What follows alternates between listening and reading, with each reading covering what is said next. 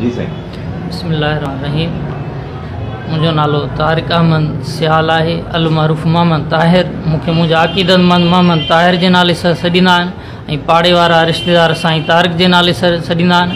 मां 23 साल अलाह जी राह में हक़ ख़ातिर जिदोजहद कई आहे ऐं हींअर बि मां कोरोना जे ख़िलाफ़ु आवाज़ु पंहिंजो उथारियो आहे। त मां चैलेंज सां थो चवां त जंहिं पूरी दुनिया जे इंसाननि खे कोरोना बीमारी परेशान कयो आहे, उनजी वायरस, त मां उनखे ख़तमु करे थो सघां अल्लाह जे कलाम जे फैज़ जे नूर सां।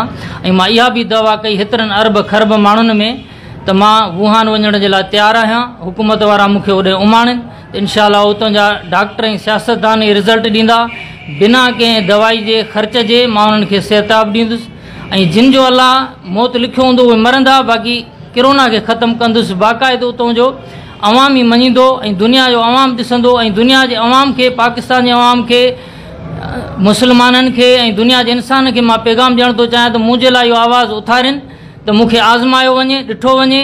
मां ताक़त जे ज़ोर ते कूड़ी दावा करण वारनि मूं न आहियां जेके ताक़त जे ज़ोर ते कूड़ी दावो कंदा आहिनि। मूंखे आज़मायो वञे, मां मुल्क जो सरमायो ऐं वॾी शहादत साबित थींदुसि ऐं मुल्क जो नालो रोशन कंदुसि। मूंखे आज़मायो वञे, जेको अल्लाह ताला जे तरफ़ां मूं ते इल्हाम थियो आहे उनखे ॾिठो वञे। हिन दौर में इन ॻाल्हियुनि खे ध्यानु घटि ॾिनो थो वञे, पर अॼु बि अल्लाह जो कलाम सचो आहे, उनजो मौजज़ो ॾिसनि उहो मौजूदु आहे।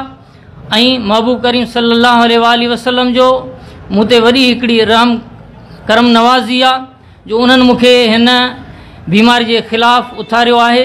ऐं मां चाहियां थो त पाकिस्तान जो अवाम बि मूंखे आज़माइणु चाहे, मूंखे ॾिसनि त वाक़ई इहा ॻाल्हि सच आहे या ग़लति आहे। इनशाअल्लाह मां कोरोना खे ख़तमु कंदुसि ऐं ॿिया बि इनशाअल्लाह जेके आहिनि दुनिया जा मसइला उन्हनि जे बि ख़िलाफ़ु आहिस्ते आहिस्ते मां पाण खे ज़ाहिर कंदुसि। फ़िलहाल मां पंहिंजो पाण खे कोरोना में मल्हाइणु चाहियां।